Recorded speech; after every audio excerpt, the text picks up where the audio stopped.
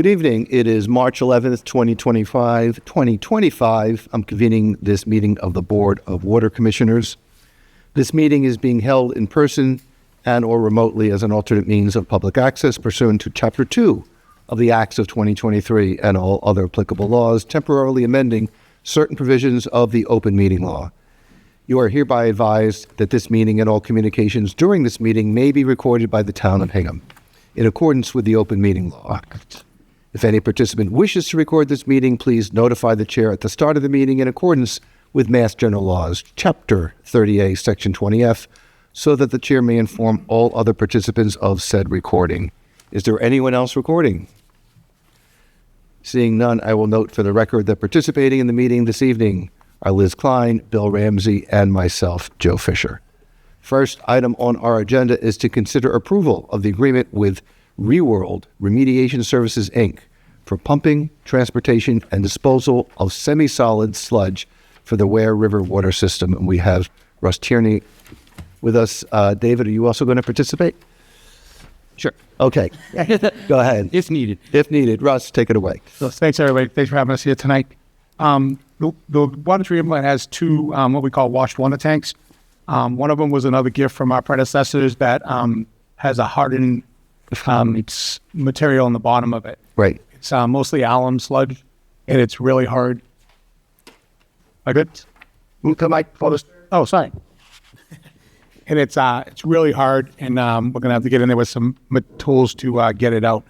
The tank also has a track system in it, which we are pretty confident that once we get this sludge off there and get it out of there in a method that is a little harder than normal, we may do some damage to that track system, which pulls the sludge for disposal. So we did put some money in there for some minor repairs to that track system as we do this. We did go out to bid. David did a great job helping me with this bid. I think it was the first time I've dipped into our bidding process myself. So I did it. David helped me, and we got some good responses. There is a wide disparity of the pricing, and a lot of it has to do with the disposal. The company that won the bid has their own disposal facility, so they were very low on the disposal costs. Plus, they've done 3 other jobs for us, so we're very confident that they can do it for this amount of money. We did budget $215,000 for this work, but the bid did come in at $140,000, so it came in well under what we had budgeted for it. And that's the most. So Russ, The time for performance, the contract basically gives them less than 2 months. Yeah, we've already talked to them. They're all set. We just wanted to get it done before this real hard hit summertime. And will there be any disruption in services while this is? No, there will not be. We have another tank, which acts as its backup. Got it. Liz, any questions? Thanks, Russ, and thanks, David, for helping with this process. The repair to the track system, is that part of this current scope in the $140,000? No, but that's why I budgeted $215,000, because if that becomes a reality, then we'll just have them fix what they need to fix to get that back up and running. Okay, and the same company would do that work? They do that work as a thing, so I'll do kind of as a change order just to get it done so we can make sure that thing is back up and running. Okay, and they would start, I'm assuming, pretty immediately, done by April 30th? Yeah, it's going to take 8 days, so they have time to get in here. They told us within 2 weeks they should be in here. Okay. Great. No other questions. Thank you. Mr. Ramsey. Yeah, Russ, I know this is planned to service tank 2, correct? Correct. All right. What's your plan to service the other tanks? The other tank's all done. They're all done already? Yeah, it's already been cleaned out and everything. Yeah. Great. Thank you. This might be our last gift from our predecessors. Unbelievable. No, I've reviewed I'm looking to see if there's any other issues. I do not see them. Are there any members of the public with comments or questions on this contract? Anything you wanted to add? Nope, I'm good. Thank you. Then I'm prepared to accept the motion. I'll make a motion to authorize the town administrator to sign the agreement with ReWorld Remediation Services Incorporated for pumping, transportation, and disposal of semi-solid sludge for the Ware River water system in an amount not to exceed $140,802. Second. Roll call vote. Liz. Aye. Bill. Aye. And I'm an aye as well. Russ, you are approved. Thank you. Thank you. Next on our agenda is not going to be public comment. It's going to be a report on the Ware River water system. Thank you, guys. I'm going to give you Viola's report also. There are a couple of things going on that will take us much time to go over, but then I have a quick presentation I want to show you that's going in front of the Hull Select Board tomorrow night. It's something that you guys have already seen a couple of times, but we've added a few things. I just want to make sure you guys see what's going there tomorrow night. The billing system update, we've met with the new billing subcontractor. We had 4 days of what I call data, and they call data something, but I know my head hurt when I was all done, but we were there for 4 days, probably 4 or 5 hours a day. Got a real good jump on what we want to do. Veolia is going to meet with them in the middle of April to start going over what they have to do. So the plan is right now we should be up and running by October, but I am planning to December to make sure that we get it right.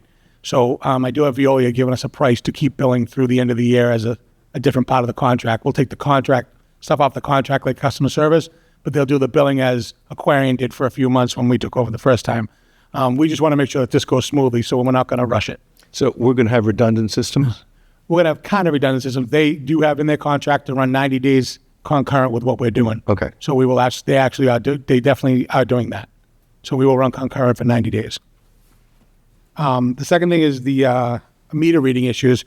A lot of the meter reading issues we've been having are the radios aren't working. So I took it upon myself to start digging into what they call the exception reports.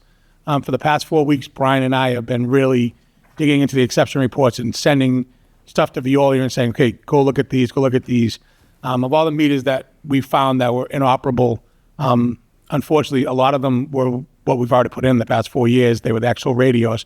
What we're finding is the wiring was not 100%, I'll say, done up to what specifications I would consider. So we have a long discussion about that. If you strip the wires back too far on the radio and put it to the meter, if that wire touches any part of that meter, it's gonna short it up. The radios are fine. We didn't break the radio, but it was not sending the signal that it needs. We have resolved, just by doing this very carefully the past 4 weeks, we actually resolved 35 of them without leaving our office. It was a kind of a number transposition thing and a couple other things.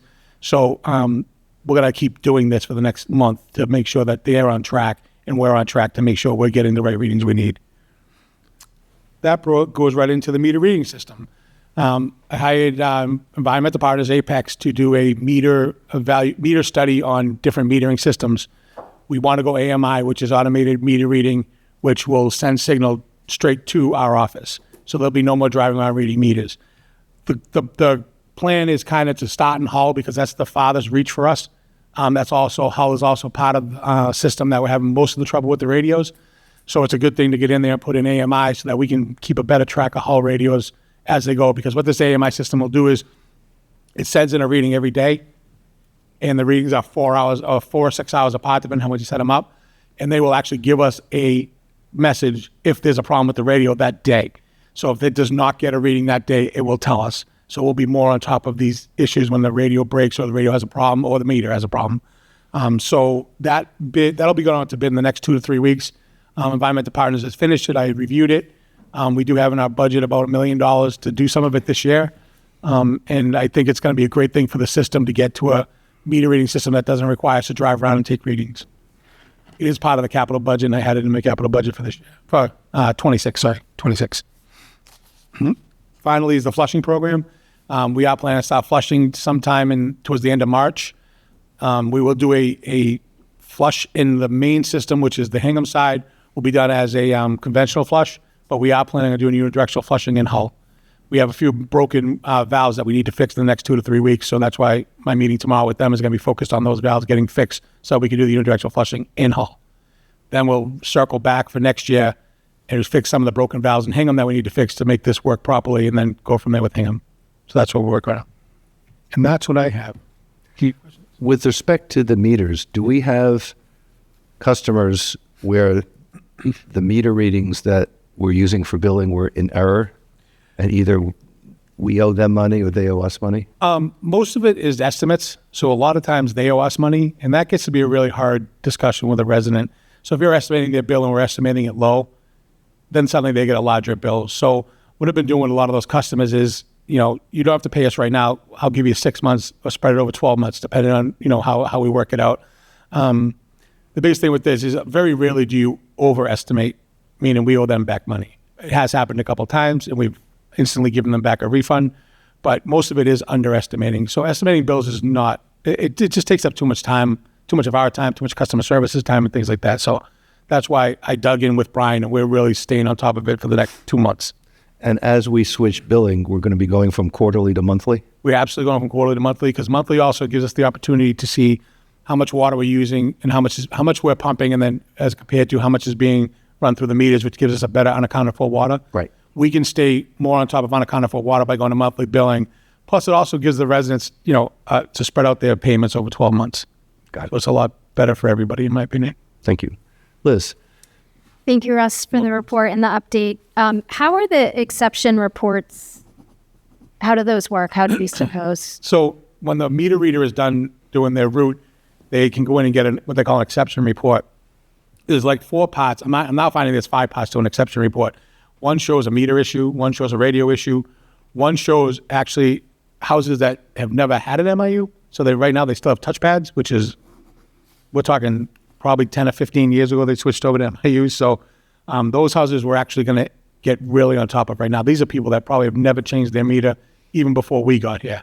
One of the ways we've done in the past, and it's a very good practice, is you actually estimate high, and that makes them call.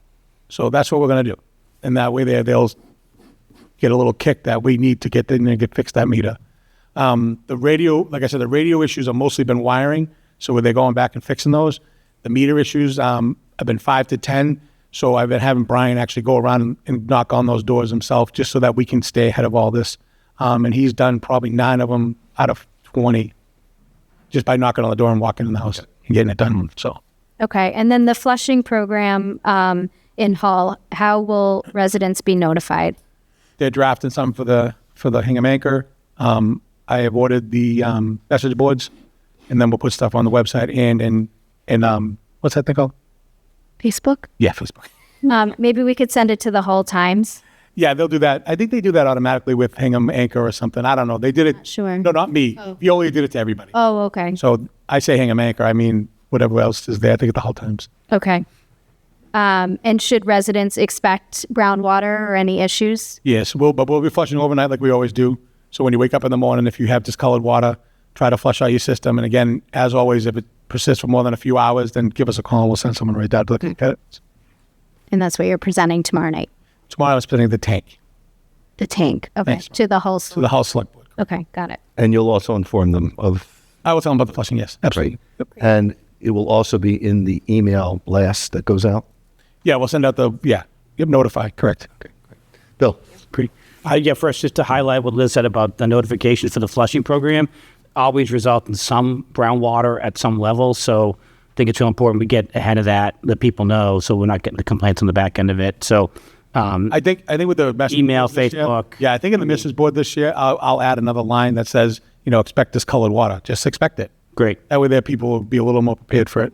And I know you put operating procedures in place that help to flush them quicker when we do have water main breaks. But so that's great. And just I think letting people know that's coming is going to help a little bit. Obviously, we get a lot of questions about the estimation on the bills. You talked about it briefly. Can you just tell people who are listening at home how we do the estimation? The estimation, And I know it's lower than usual. I know you estimate low, which is appreciated. But for those who say, how are you getting these numbers? I think it's important to break down how we do the that. numbers are automatically generated by the system. So if the problem with the system is if you have a lot of low readings due to lower estimates 3 years in a row, it's still going to look at those 3 years. So it'll look back at the 3-year history. There have been some issues where the 3-year history is all zeros.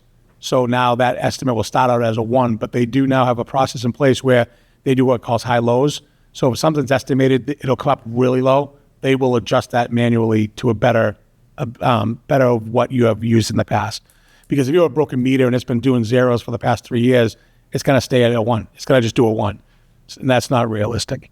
So the high lows are done on a more regular basis now. But it's important we get as accurate as possible because the sewer bill is linked to the water bill, as you know, right? What comes in is what charged, what goes out, right? So that's great. Can you explain the AMI a little more? I mean, I know we're going to, if we're moving away from driving around to read meters, how exactly does this work? Does it something triggered on the meter that reports into Yep. your headquarters or what? So the radios that we started putting in when we took over the system as a town was quickly transitioned to what we call three-way radios. So they were putting in two-way radios, which only communicate back and forth to the radio. What a three-way radio does, it communicates three ways. And those radios are used for an AMI system. So we wanted to get, because we had such an aggressive meter change-out program, we wanted to stay ahead of the radios. What those radios do is they talk to a collector. Now, companies are going to be coming in and trying to sell us cellular, which is actually a cell phone service in the radio. They're also going to try to sell us what we call repeaters, and then we have collectors. So there's three different methods. Collectors will take a reading from the meter every night. The meter will send out a signal to the collector. The collector will grab that and then send it to us at the office. Okay, interesting, great. So we're going to start small. We're going to phase it in. We're going to start small and phase Yes, it in. maybe do like a neighborhood. See how it works. HMLP has an AMR system right now, which is a little different than AMI, but it's the same concept where they get readings in from these collectors. Okay, great. Two other issues, you didn't talk about them, but they're in the scope of a superintendent's report. It came to my attention recently that we don't have a program to help low-income residents or residents who are struggling. And I know you do personally, so thank you for that. No problem. You've talked about that. But a resident suggested to me that we adopt something similar to what HMLP has. So So we should talk about that. I mean, I know that you work with everybody, so the need isn't pressing right now, but we probably, as commissioners, we probably put something in place, and we can model it similar to the way HMLP does it. just so you know, in our discussions with HMLP and the billing contractor, we are going to start taking on some of the same things that HMLP does, and they are looking at that right now also. Okay, good. So what kind of stuff is out there for residents that need help? Okay. And lastly, obviously, hot topic around town, water main breaks. Yeah. I understand that the breaks that have happened have been related to pipes that are some 100 years old. some Yeah, but 80 most of them have been radial cracks, and what a radial crack is, it's more based on the frost level. Yeah, I was going to ask you. We've had two pressure cracks, which are other types of cracks, but the radial cracks is when the pipe shifts and the ground moves, it'll snap a pipe. It could be a brand new piece of ductile iron and snap. Yes, is the cast iron a little more brittle because of its age? Absolutely. The two ones that we had on Main Street, I'm looking at now replacing that piece of pipe. I just need to get the valve fixed that broke during that main break, so we're going to fix that valve next week. But then we're going to look at replacing that section. But that's all based on, with our capital improvement plan that Apex did. All that is taken into consideration with the age of the pipe, so we're going section by section and replacing them. Okay. So warmer weather, we're going to have less water main breaks, correct? We hope. Okay. Good. That's good. We need less. We do. I'm being serious. We need less water main breaks. Yes, Paul. That's the big complaint right now. And what I would like to do as we move to the warmer weather is to really dive into the capital plan and say, okay, where is the system oldest? Like when my pipes were replaced on North Street about 5-6 years ago, those pipes went back to 1910. Yes, All right. correct. Those ages are all over our system. Mm-hmm. What I would like to do is sit down with you with Tom and look at, okay, where are our oldest pipes? Yep. Put an order of merit list in and triage. So when we come back into the fall, we may have get ahead of the water main break. So we should probably talk about that a little bit. And maybe you can present on the age of the system, let people know how old these pipes are that we're dealing with. So the report that EP did our 10-year capital plan, does take that. The pipes that are at the top of that are the oldest pipes of the system, and the less they have less hydraulic value to us right now. So that's those ones we're looking at. But I understand what you're saying. So that's why when the state decided to do the 3A project in the Rotary, that pipe's old. It's over. That's old. That's good. So that would get done with the sewer project, right? So that's actually, we're going to have a contract for that in the next couple of months to get that designed. If we need to divert more money into capital, I think we should look at that because that is the one issue we hear the most about. Agreed. But we should talk about that. We need more capital money to maybe triage some of these older lines. But anyway, thanks for all you're doing, buddy. No problem. Appreciate it. Do you have a presentation you wanted to go? Very quick for you guys. Yeah.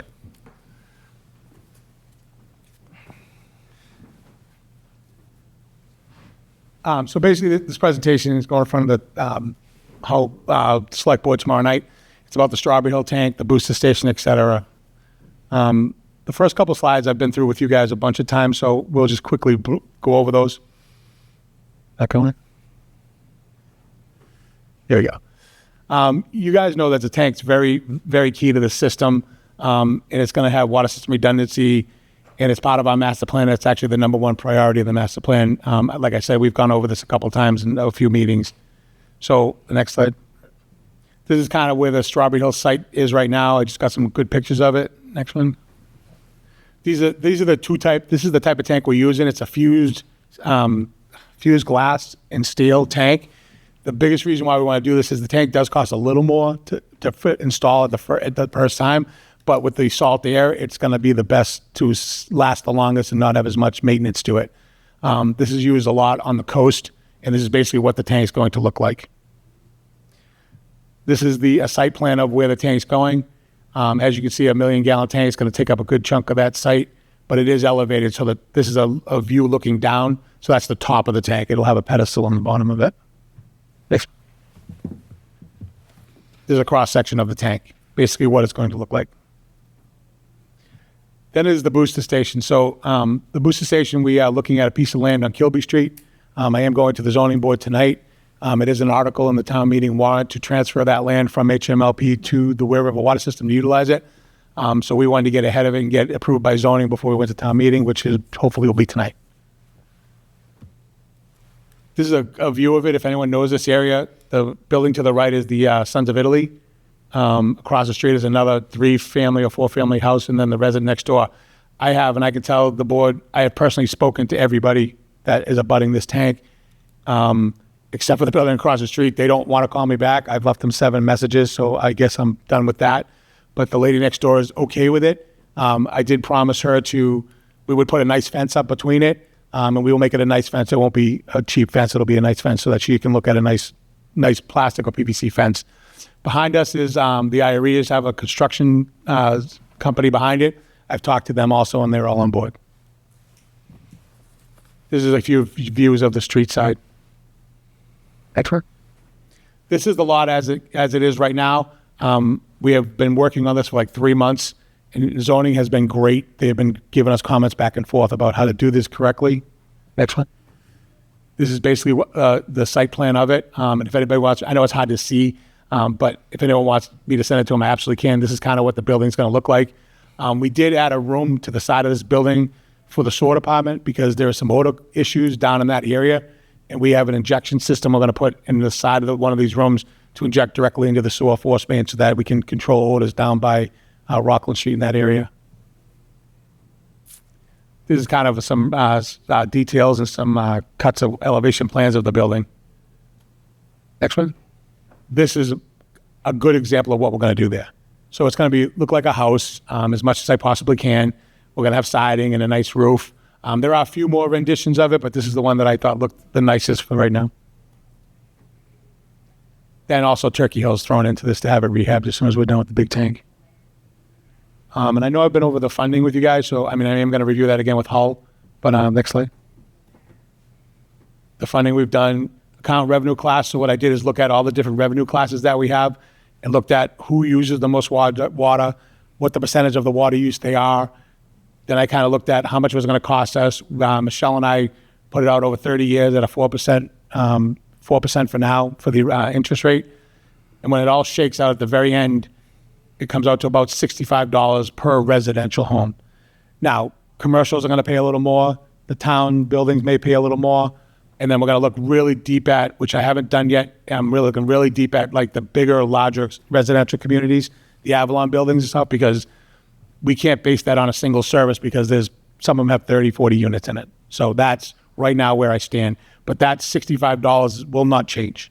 The only thing we could do is it may come down a little, but the amount of usage that these other revenue classes have are not enough to really bring that down. So that's why I'm staying with the $65. And that's what that is right there. I know it says 64, but okay. Next one. This kind of just shows how much each resident's bill may go up. I think it was like 6 or 7%. I am going to clean this up for tomorrow night because when I looked at it today, I don't like it. I think you can't really see it, so I'm going to make it a little better tomorrow night. So just so you guys know. Next one. That's it. Great. That it? That's it. Thank you. So this brings to mind one of the communication issues we had, which is people being able to sign up if they don't get a bill directly, that it's going through, they're an apartment house. Yep. Any progress on having them be able to? Not with Veolia. I'm making progress with HMLP. Okay. Because the difference with HMLP and Veolia is HMLP has those residents, a lot of them have their own meters. So it's going to help a lot. Well, I'm talking Hull, which is not HMLP. How I am working on that with the town, me personally. So it would seem an easy fix is we communication goes directly to a whole committee or the whole select board. When the people sign up with the select board, and they'll just get it. I will talk to them about that tomorrow night. Yes, because that's a repeated issue. They can't get on because they don't have a direct bill. Yep, I got you. Okay. Any questions on presentation? Do you have dates for planning and zoning on that, from the building, What do you mean? for permitting? Tonight. Tonight. Oh, you go tonight? Okay, Yeah. awesome. Next. Next 30 minutes. Okay. Now we have any questions or comments from members of the audience? Yes. Karen Johnson, please. I will note for the record that we have here the two former members of the select board who are primarily responsible for the creation of the Ware River water system, Karen Johnson and Mary Power. So please. Johnson, 16 Berkeley Circle. Nice to be with you tonight, and nice to hear about the operation and improvements to the system. Russ, quick question. Yeah. On the monthly billing, was that socialized to the Citizens Advisory Board? I mean, I think you're right. It allowed. It was. Twice I've talked to them about it. And we just had a meeting 2 weeks ago, I think, maybe. And I did talk to them about the monthly billing. Okay, and how about the rate setting process that includes this capital? I've talked to them about it, but I know there's one step that I'm looking at right now. So I absolutely will review that over the next month to make sure that we do it exactly the way it should be done. Okay. But I did talk to the Citizens Advisory Board about that. They've heard about that at least twice. And when was that?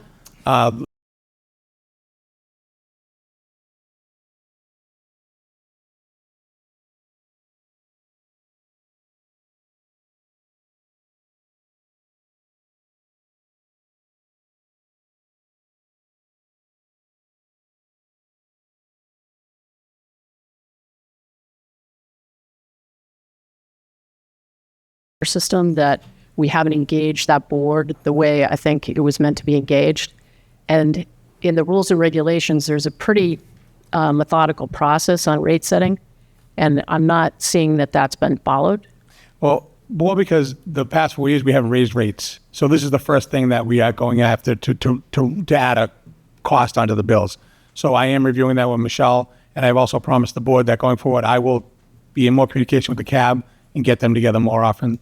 I left it up to them get together, but I will make sure that that's done more often. Okay. Well, but just, you raise a good point. And so it's not just raising the rates to the extent that we have increases to cover capital costs. Correct. That are passed through. It would also apply, I believe, to the rate setting procedures. Right, but we haven't raised the water rates. So I've done with the CAB. They've come to you guys when I do the budget. So we haven't really raised the rates. So following this procedure, we had done it because we weren't raising the rates. We didn't think it was necessary to have a quote unquote, whole town meeting with everybody because we weren't raising rates. But the $65, I will definitely follow that process for that money. I mean, I don't know how you can, right? Because the process was supposed to start in total. The process was, well, I understand that. But the process was, when we first started it, it was for the rates. I was doing with the rates, the water rates. And I understand what you're saying. And I believe we can still get it done in time to get it to the end. I took the October as the time for when we're going to raise water rates. This has been an ongoing project for 3 years that I've been discussing. So I think it's a little bit of an exception to the rule where we can now have that discussion. We can follow the process.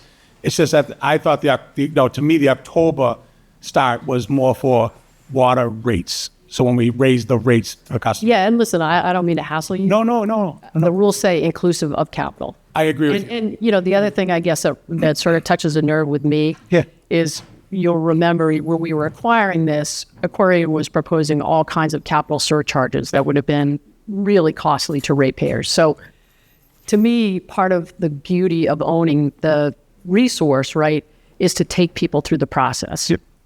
Frankly, whether or not there are going to be material changes, there's a reason why this is a public utility owned by the town, and the governance qualitatively changed. So I just have to say, as somebody who put a lot of work into writing the rules and regulations, that I'm just disappointed that this is what we're seeing. And again, I'm not faulting you, No. We will but fix it. We will absolutely take care of it. Absolutely. Okay. And I guess I would just hope that we continue to have outreach to the cab, and that it's not confined to Facebook conversations among people. It was really meant to give people a voice in their water system. And I haven't seen it being used. Thank you. Cut it. Anyone else? Nothing. So just one other point. There is a standing request that when we have meetings of the water commissioners, that we have a representative from Veolia here to give their report. I know they're not here this evening, but I just want to make sure that they know that that's a standing request and that they should be here at each meeting. Okay. With that, I am prepared to take a motion to adjourn the meeting of the water commissioners. I'll make a motion to adjourn. Second.